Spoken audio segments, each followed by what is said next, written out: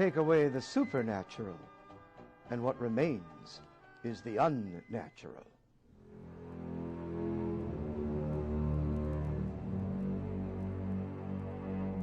I am the first immoralist.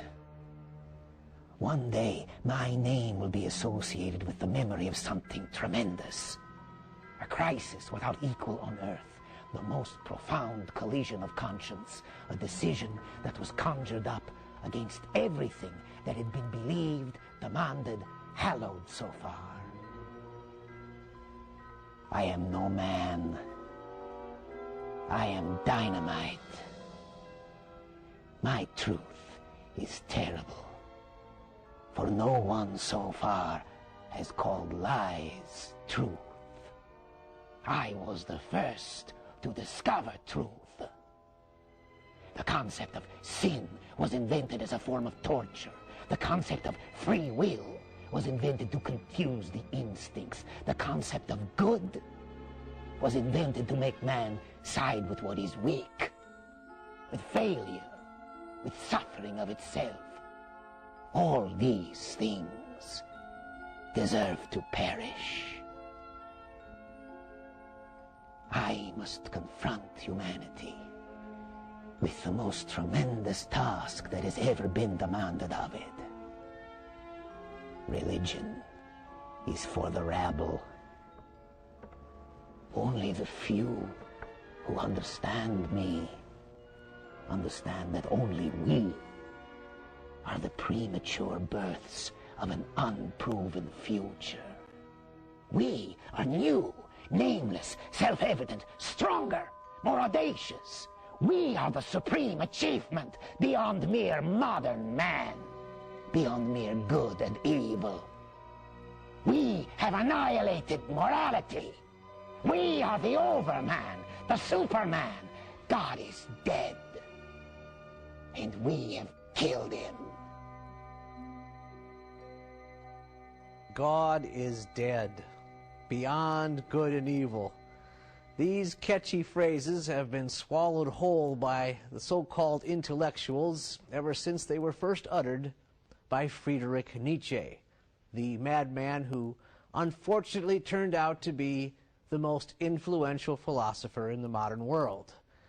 But Nietzsche himself swallowed another philosophy whole which gave him most of his ideas, the idea that only the strongest survive, that the weak are expendable, the idea of endless progress, the notion that humanity has not only progressed to this point, but now must progress beyond it. These are precepts that Nietzsche took from Darwinism. Nietzsche believed that humans are evolving into a higher life form that will be beyond human. He claimed that we have already progressed beyond humanity as it once was, which was religious. We no longer need religion. God is dead. God is extinct. One of God's functions was to provide moral unity. Therefore, morality is also extinct. We have moved beyond good and evil. Multitudes of philosophy professors and their students were seduced by these ideas. None of them were able to dissect Nietzsche the way their counterparts in the other departments managed to dissect everything human. No one figured out Nietzsche's fundamental flaws. Well, one person did. G.K. Chesterton. Nietzsche, with his stark imagination of radiant monsters taking the place of men, thinks he is rebelling against Christian tradition. But he really doesn't even know what it is that he is rebelling against. He is actually rebelling against man. Or rather, his philosophy is rooted in a despair about man. He has consoled himself with a vague enthusiasm about the Superman.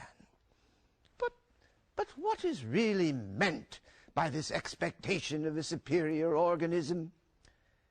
It means that the actual animal called man is to be treated almost as an extinct animal.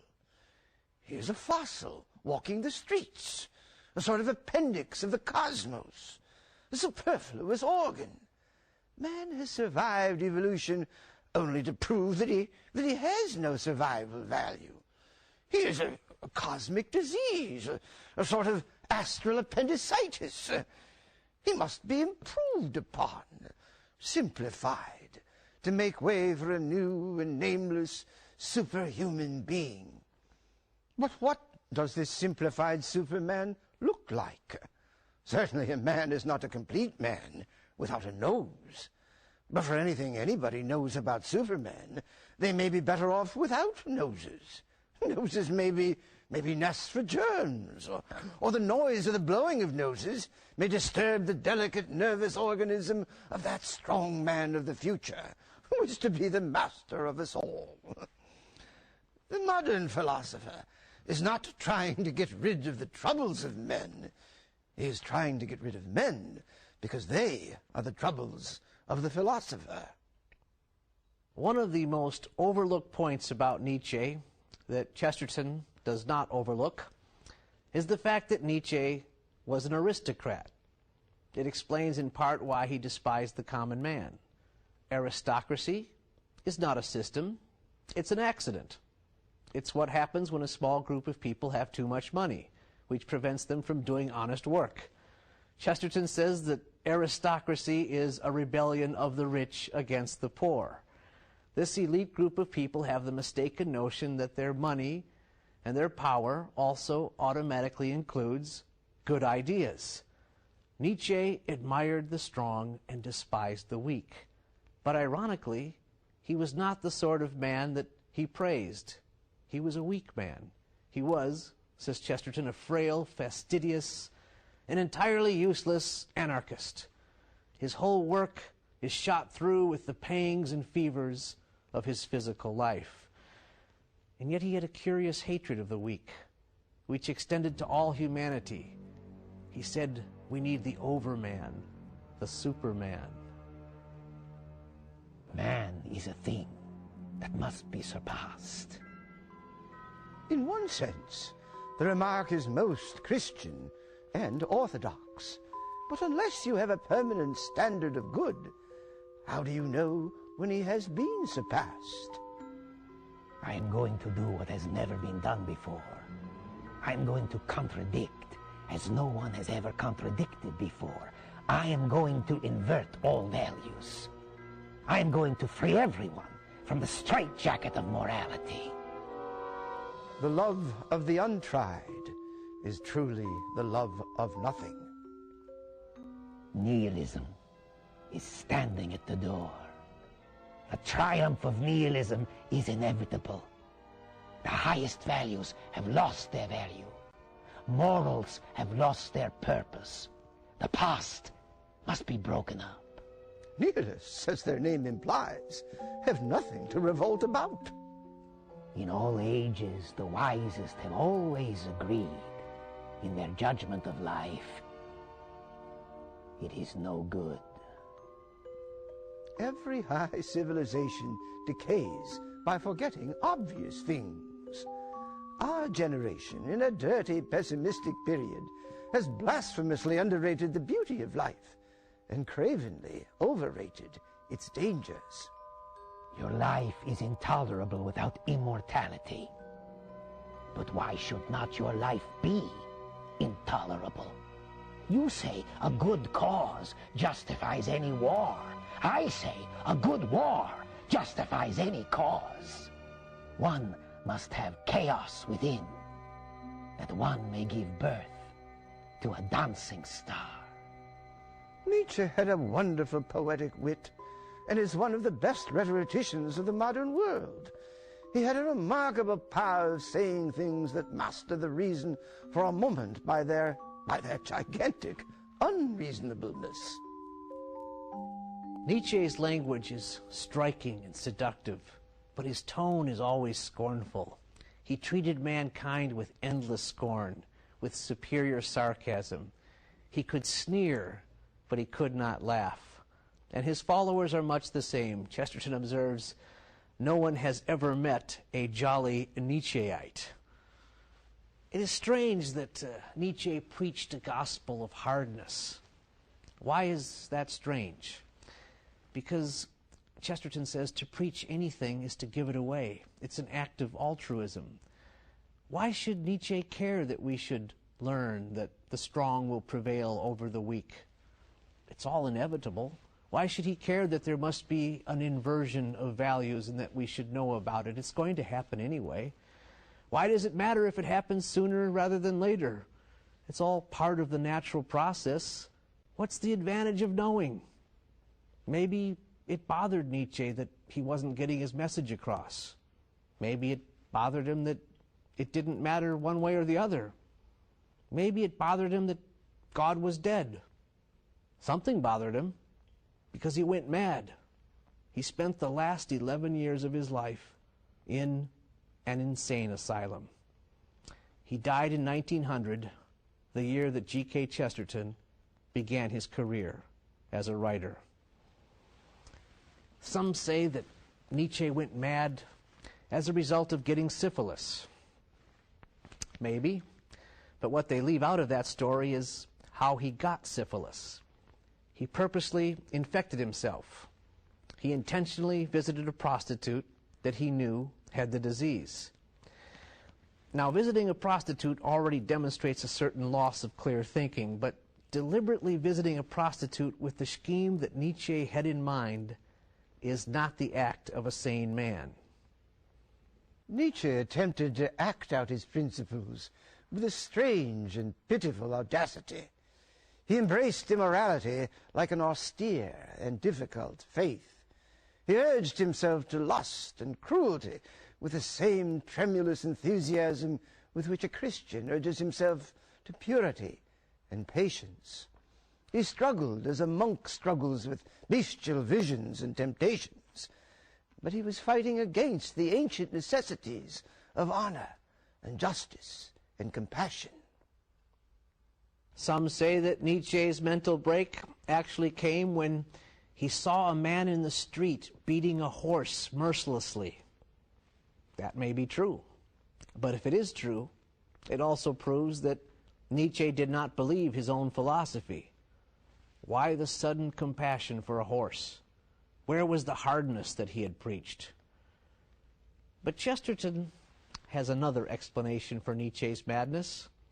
It was his very philosophy that drove him insane, because anyone who follows such a philosophy to its logical conclusions would end up where Nietzsche ended up, in a madhouse. Chesterton says the poet simply tries to get his head into the heavens, the logician tries to get the heavens into his head, and it's his head that splits. Chesterton defines madness as using mental activity so as to reach mental helplessness. That's what Nietzsche finally achieved, mental helplessness. Chesterton says that the whole problem with Nietzsche is that his is an unnatural philosophy. That is, any normal person would recognize it as unnatural. Suppose 4 educated men in a bus were listening to a lecture from some new German philosopher, some philosopher who talked about the Superman or the master morality. One of the educated men in the bus might say that the philosopher was wicked, which might be only partly true. Another would say that he was illogical, which might be irrelevant. Another that he was exaggerative. Another that he was unpractical. But the bus driver, with deeper wisdom, would simply say that the German gentleman was mad. And this is, of course, the ultimate psychological truth about him, that he might have something to say, that he might even be valuable, but that he did not see life steadily or see it whole, that he set virtue to fight virtue in a vain battle, that he was not in the center, that he had lost that balance of many opposite merits, which is the whole meaning of the thing called man. The first word that the first bus driver would say about Nietzsche would be the last word that the last philosopher could say about him. He is not universal. Or, to put it in the quite admirable popular phrase, he is not all there. Nietzsche's ideas would have been condemned in any normal age, but they probably would have been simply dismissed before they even had a chance to be condemned. They simply would not have been taken seriously by any normal person, like the bus driver in Chesterton's illustration. Chesterton says that almost all German philosophy goes against common sense. Each of the German philosophers pretended to have a thought that nobody ever had, and they attempted to build a system on that supposedly unique thought, whether it was the system of Kant or the system of Hegel or the system of Schopenhauer or Nietzsche or Marx or all the rest. But none of these supposedly unique thoughts, including the thought of Nietzsche, was a new idea. Nietzsche, as everyone knows, preached a doctrine which he and his followers regard apparently as very revolutionary. He held that ordinary altruistic morality had been the invention of a slave class to prevent the emergence of superior types to fight and to rule them. Now, modern people, whether they agree with this or not, always talk of it as a new and unheard of idea. It is calmly and persistently supposed that the great writers of the past, say Shakespeare for instance, did not hold this view because they had never imagined it, because it had never come into their heads. Turn to the last act of Shakespeare's Richard III, and you will find not only all that Nietzsche had to say put into 2 lines, but you will find it put in the very words of Nietzsche. Conscience is but a word that cowards use, devised to keep the strong in awe. You see, Shakespeare had thought of Nietzsche and the master morality, but he weighed it at its proper value and put it in its proper place. Its proper place is the mouth of a half-insane hunchback on the eve of defeat. This rage against the weak is only possible in a man morbidly brave, but fundamentally sick, a man like Richard III, a man like Nietzsche. This case alone ought to destroy the absurd fancy that these modern philosophers are modern in the sense that the great men of the past did not think of them. They did think of them, only they did not think very much of them. It was not that Shakespeare did not see the Nietzsche idea. He saw it, and then he saw through it. In spite of the madness of Nietzsche, in spite of the madness of his philosophy, many leading intellectuals of the 20th century actually took his ideas seriously. For instance, Nietzsche was an outspoken advocate at the forefront of eugenics. He said that undesirables should be sterilized, that marriage should take place only under medical supervision, that in his own words, many people must be sacrificed in order to save mankind. But people like George Bernard Shaw embraced this very philosophy. So did Margaret Sanger, the founder of Planned Parenthood, who proclaimed on the cover of her journal, the Birth Control Review, "More children for the fit, less for the unfit." G.K. Chesterton saw all the dangers of this philosophy and predicted that birth control would lead to abortion and infanticide and also euthanasia. He said prophetically that we would begin to murder people whom we considered to be a nuisance to themselves, but in one short step, murder people who were a nuisance to us. He watched and warned against the fact that an entire nation had embraced Nietzscheism. That nation, not surprisingly, was the same place that gave birth to all the mad German philosophies, Germany. Chesterton seemed to be the only one who realized what was going on. The things the Germans say, the things we hear, the things they mean us to hear, their own version of their own acts, contain an extraordinary emphasis upon brutality, not as a charge to be repelled, but as an excellence to be exalted. It may be that the German masses admire the quality. It is certain that the Nazi leaders admire themselves for possessing the quality. Nietzsche's notion of an inversion of values has really struck, and one thing is certain: we shall know what war and division really mean, and in a way that we have never known it for ages. Chesterton said the world was moving toward a new war, and that it would be the worst and most horrible war in history, and it would begin on the Polish border. He died in 1936. His prediction came to pass just a few years after his death. Nietzsche's own prediction about himself, unfortunately, was also right. He managed to create a crisis without equal on earth. For in addition to the bloody war that nearly destroyed Europe, the Nazis, in the full fever of a philosophy formed by the Nietzschean transvaluation of values, systematically murdered 6 million Jews and 5 million Polish Catholics. In spite of the fact that Chesterton was right about the war, right about Nietzsche's connection to Nazi Germany, right about the horrible outcome, the intellectual community missed it completely. Chesterton was forgotten. What happened less than 2 decades after the end of World War II, after the discovery of the concentration camps and the gas chambers? What happened? What happened after Nietzsche's horrible ideas were played out? His ideas were more popular than ever. Millions of students were being taught the philosophy of Nietzsche on the campuses of American universities. A new group of intellectuals were teaching the inversion of values, and all of them quoting Nietzsche, saying with great relish, "God is dead." They were preaching that traditional morality must be rejected or transcended, parroting Nietzsche's phrase that we must move beyond good and evil.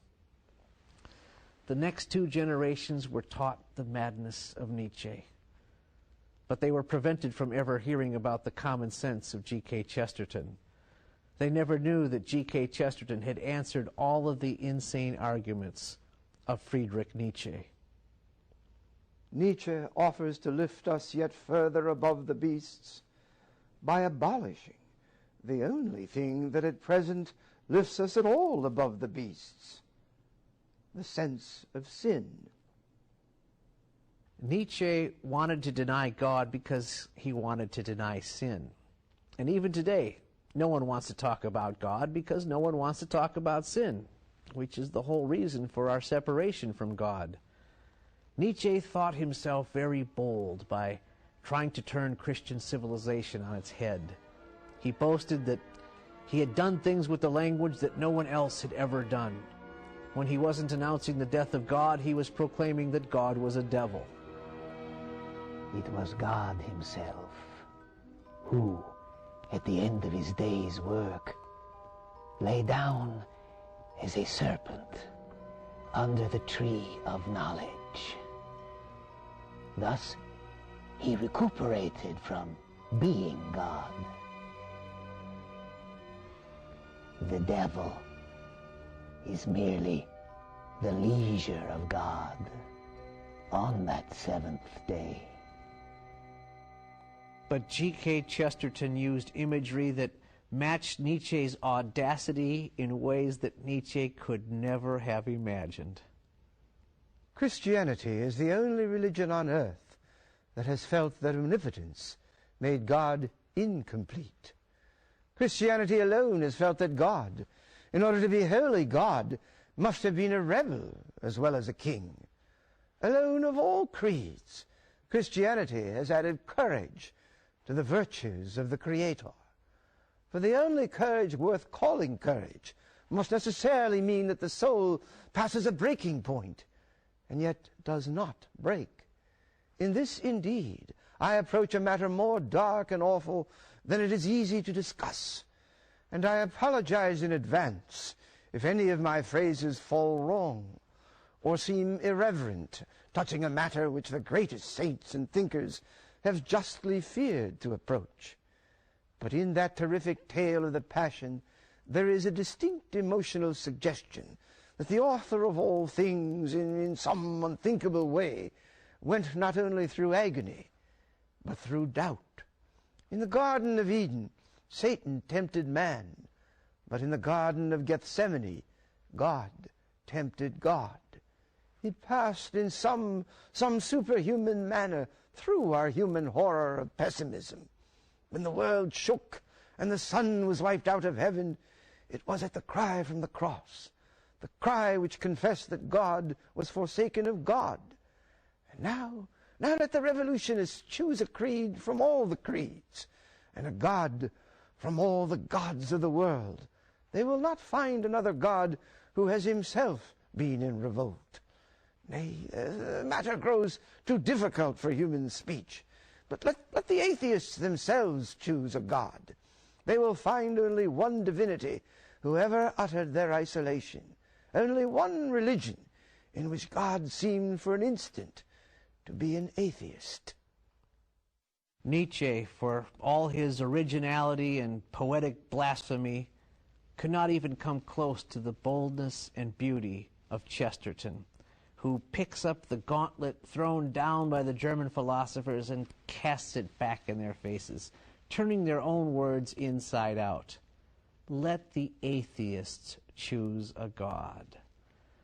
They will find no religion other than Christianity that sympathizes with their own doubts. They'll find no religion other than Christianity that turns everything upside down, where God himself is a rebel. Chesterton says, if there were no God, there would be no atheists. But the atheists every now and then have their day. They announce that God is dead, even though Christianity announced it long before them, even though it is a Christian doctrine that God himself died for us. And as Chesterton points out, since that time, it seems that Christianity has died several times throughout history. It's been defeated, destroyed, demolished, and yet it returns, because it has a God who knew his way out of the grave. I'm Dale Ahlquist. Please join us again for the Apostle of Common Sense, and please support the American Chesterton Society and help us make common sense more common.